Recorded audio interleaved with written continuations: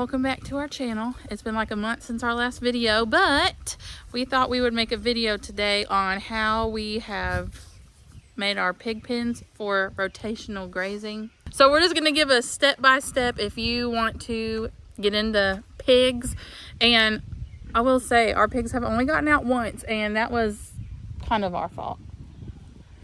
So we'll tell you how we set it up and show you everything like that. Okay, this is where the pigs came when we first got them. How big is it? Do you remember? 32 by 32. 32 by 32, and this is hog paneling. I don't remember the size. You remember that? Okay. There's 16-foot long panels. 16-foot long panels, and we just did T-posts and then the hog paneling. And then after they were like 2 weeks old, we put, No. How old? They're probably like, I guess after we had them for 2 weeks. Old, yeah. So they were 10 weeks old after we had them for 2 weeks. We put electric wire inside to start training them. And so they stayed with the electric fence for like a week, you say? And then we moved them over to this spot. And all of this, by the time they were done, was just dirt. It looked just like this. But now it's grown up. I don't even know how long it's been since they were over here. But so this is our first pen that they went to. And is there? 70 days. Yeah. So they've been out of here for about 70 days. And we put fiberglass posts here that you just told me how tall they were, and I forgot. They're just 4-foot posts. Yeah, and we dug them in, he said, like 1.5 feet. While we drive them in. We drove them in. But, so how we spaced these out was just how Joel said was the lay of the land. Just looking at, like, if it was hilly or dipping down too low. We wanted them about, didn't we say, like 6 inches off the ground, 5 or 6? And then just a little bit above that, because pigs can't jump, but they dig. So we wanted it close to the ground. But pigs always want to go under a fence. Cows want to go over a fence. Yeah. So if you're doing cows, you want to put it up high. If you're doing pigs, you want to put it down low. And then we have these little insulators, and I'm going to link everything that we bought down, which we don't get any affiliates stuff. We're not that big time. But how we... Oh, yeah. And then we have these because... Are you talking about these? There was... Just saying in the corners with the powder, or Oh, yeah, we have T-posts on the corner and then a different kind of insulator here. But so how we made the fencing hot was Joel built this little contraption, this little housing situation. And inside here is just called a charger, a fence charger. He's here to give me the technical terms. DC fence charger, because we don't have power out here. Yeah. And it's too shady for solar power. That's true. I wouldn't ever even thought about that. So it comes, I was trying to show up there, comes down, and then we have it connecting to this Deep cycle 12 volt. deep cycle 12 volt. No point in getting fancy Walmart stuff. Yeah, for sure. Not spending a lot of money on that. And then we dug this out of like a shed that was here and just propped it off the ground. And then Walmart sells these too, that way it doesn't get wet. What? Just a battery holder for a vehicle. Yeah. Or we're doing it upside down. And then we had a water hose bust like the first week we were out here. So we decided, hold on buddy. So we decided to run the wire through this, and then we ran it over here. That way we wouldn't always have to be watching out about stepping on hot wires. The hose just ran across so we could walk over it. So the fence does have to be grounded, so you'll have to show me where it is, pal. Well, first one's here. Oh, that makes sense. And I don't... Ground rods. We actually have 3 ground rods in the ground with little clamps on to hold the insulated wire. The only reason it's insulated is because we buried it underneath. It goes over... But if you Surely don't I'm know getting how close. electric fence works, it all works based off of you being on the ground and being grounded to it. When you touch it, it shocks you through. Yeah. That's why you have to have the ground rods. Otherwise, it's not going to work at all. And so that's how we got them hot. And then over here, there's a gap. We have 2 gaps for every fence except for this one. And that's where we put the wooden gate. Because if pigs are really smart, and if they've been shocked, they won't walk through where there was electric fencing, right? Is that a good way to phrase that? Correct. Pigs are one of the smartest animals in the world. So we just move these every time it's time to rotate them. We'll take this one out. So next they're gonna start over. We've already done a full rotation. We're gonna take this fence out and usher them over to this pen. And they know how to do it too. They know what's up now. Yeah. You just move the gate and they take off to the next one. They want to go to the next spot. Yeah. And the fence don't have to be anything fancy. I just had a bunch of deck boards that was left at the house from moving into the house right now, and so I just used those.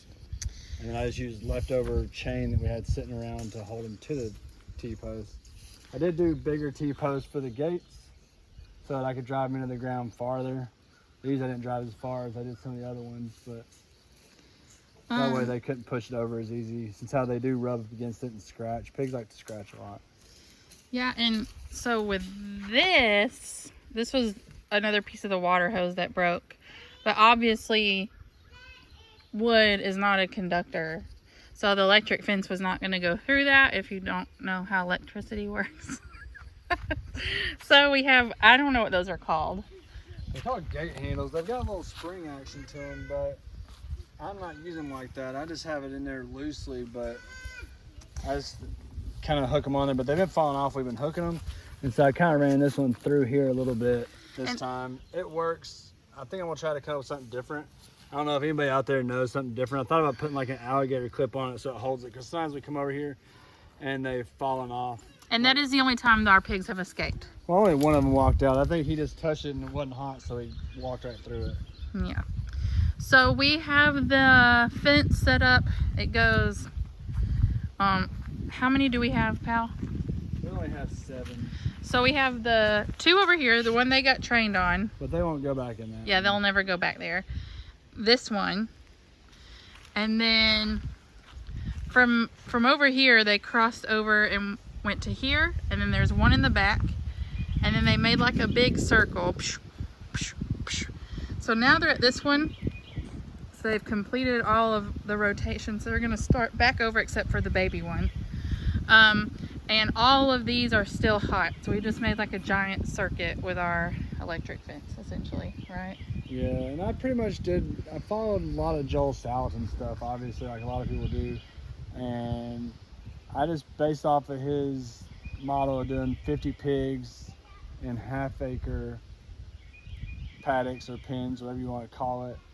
And he did 50 pigs per half-acre and moved every half-acre, another 50 of them. And so I just downsized it for the 3. I think it's like 400 something square feet per pig. And so ours are actually a little bit bigger than that, just a little bit, but not much. And I don't know. It seems to be working. It seems to be working, yeah. I'm just trying to downsize. I've never done this before, so. Yeah, this is our first go around. And surprisingly, we think they're very easy to raise.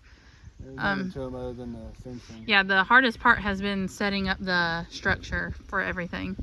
And then as far as when to move them, you can't really get a solid answer from people. They say anywhere from like 5 to 12 days, something like that. But then I did some math again with Salatin stuff, and it seemed like, and I could be wrong, but I thought I read somewhere that he does, in his, he says his constant is his feed. And whenever the feed's gone, then he moves them on. So it works for his land. His land's a lot better off than ours. He's had them for a lot longer. But, so he does like a ton of feed, I think, for 50 pigs. And so we're doing 250 pounds of feed for our 3 pigs, and then we move them. So right now it's been like 10 days or something each time, somewhere around there, 10 to 12 days before they move to the next one. And one more thing, we have tried, we did have to cut down, this was all like heavily wooded, so we did cut down quite a bit of like pine, right? No, not over here we didn't. They cleared all this. Yeah, okay. I thought we had cut down the trees, but we did in this little one over here to begin with. But we were trying to go as cheaply as possible. So some of the posts we were able to use the trees instead, but we try not to do that too much because we didn't want to disturb the nature, I guess would be how you phrase it. But yeah, that's our electric fencing setup and how we rotate. So when we rotate them, we just move the feed and the water each time to the next pen or paddock, however you say it, wherever you are. Don't spill the water out until you have the pigs put into the other one fully with a gate on it. I told Kalah not to do that. This last time she did it, and it was so hard to get them out. Almost impossible to get them out because they just wanted to be in the mud, and I don't like mud for the pigs. Yeah. Maybe some people think that's mean, but they poop in it and then they drink it, and it's just... We're trying to keep from any kind of parasites or anything, and so that's why we're doing this, and it seems to be working so far. They seem to be good. So anyways, that was our quick how to make an electric fence for rotating pigs and how we rotate them. We haven't posted a lot of videos over the past month because we've been extremely busy trying to fight the clock with finishing infrastructures for chickens, putting up fencing. We got our 21 egg-laying chickens, and then we got 31 meat birds. We lost some meat birds, so we've just been really busy with all that.